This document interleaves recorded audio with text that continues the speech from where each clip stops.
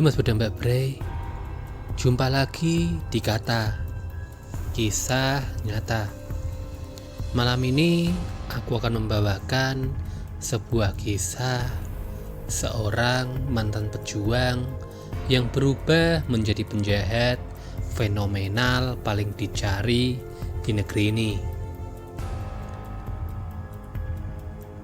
Begini kisahnya.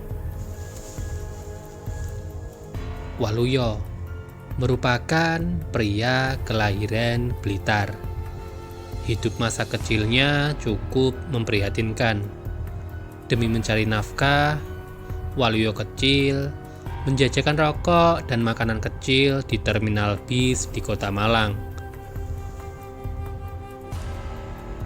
Saat telah dewasa, Waluyo bergabung dalam perang mempertahankan kemerdekaan Indonesia pada tahun 1945 hingga 1949 untuk melawan tentara Belanda yang mencoba untuk kembali menjajah negeri ini.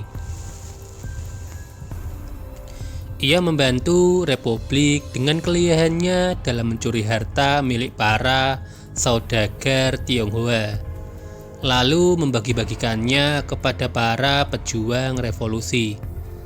Atas kelincahannya ini, Waluyo digelari si Kancil atau Robin Hood Indonesia. Dan selain itu namanya juga lebih dikenal dengan Kusni Kasdut. Pergerakan Kusni nyatanya juga membuat Belanda saat itu menjadikannya salah satu target. Kusni saat itu bergerak di front Jawa Timur. Tubuhnya yang kecil dan kemampuannya untuk menyamar membuat Belanda cukup kewalahan. Hingga suatu ketika, Kusni merasakan timah panas dari senjata Belanda yang mengenai kakinya hingga mengakibatkan cacat permanen. Lalu ia juga sempat ditahan di penjara oleh Belanda, namun berkali-kali si Kancil ini berhasil membebaskan diri.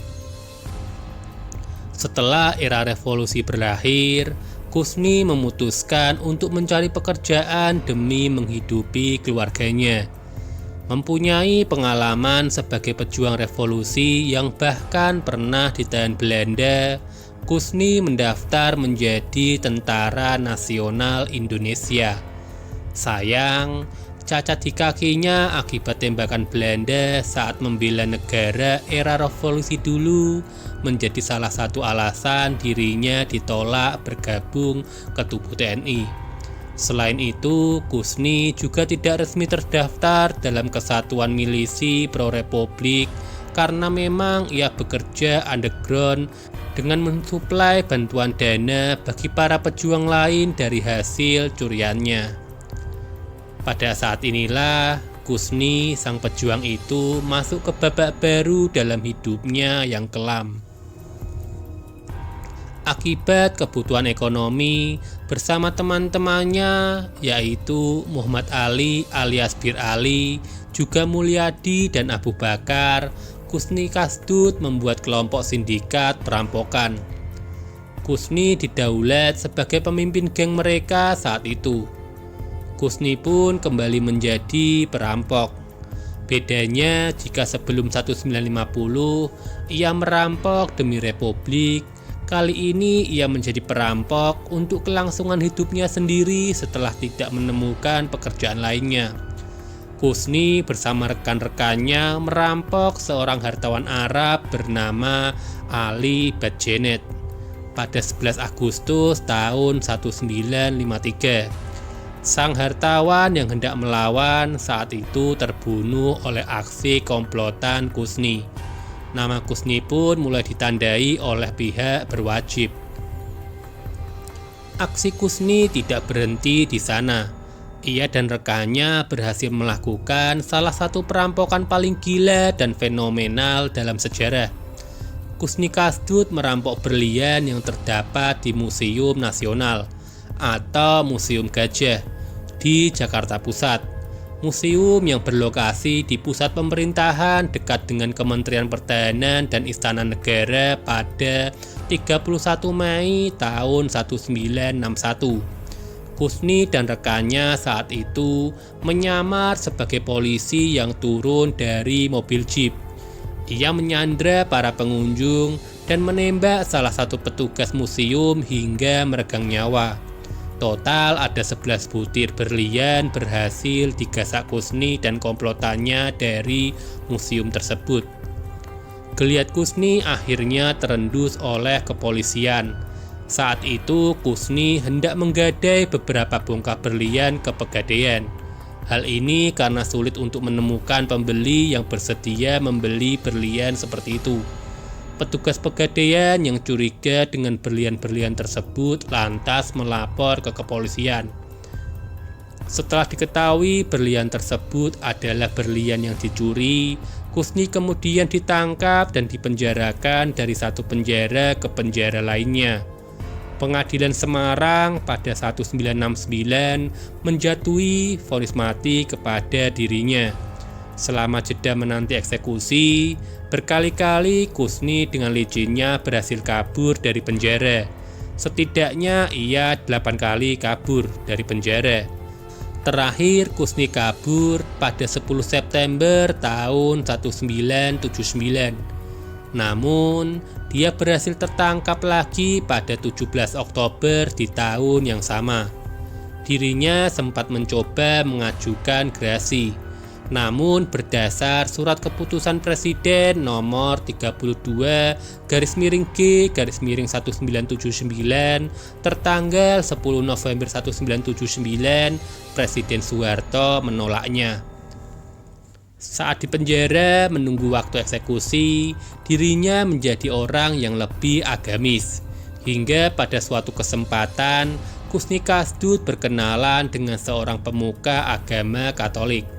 Kedekatan keduanya membuat Kusni begitu tertarik dan akhirnya bertaubat atas apa yang pernah ia lakukan pada masa lalu.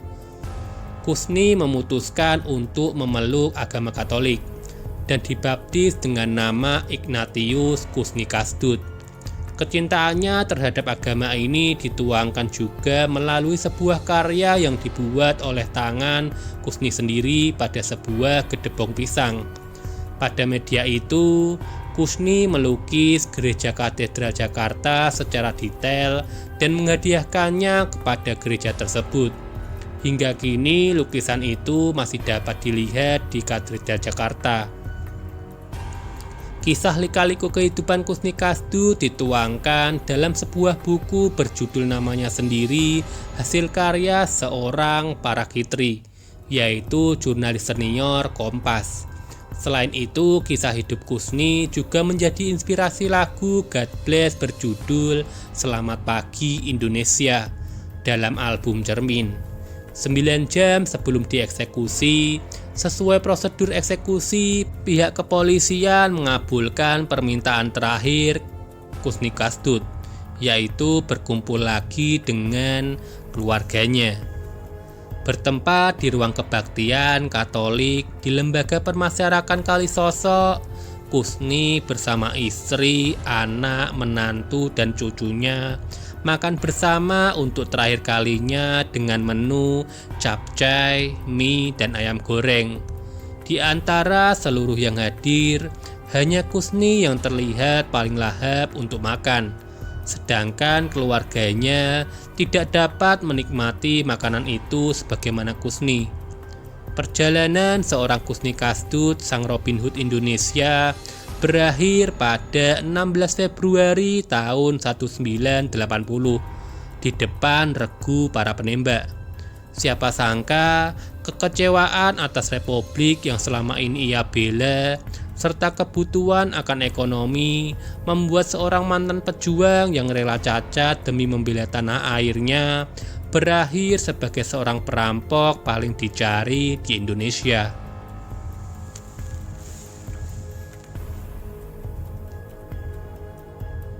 Sekian kisah nyata malam ini tentang sebuah kisah dari mantan pejuang yang berubah menjadi penjahat paling fenomenal dan paling dicari di negeri ini. Nantikan selalu kata kisah nyata selanjutnya. Akhir kata, terima kasih.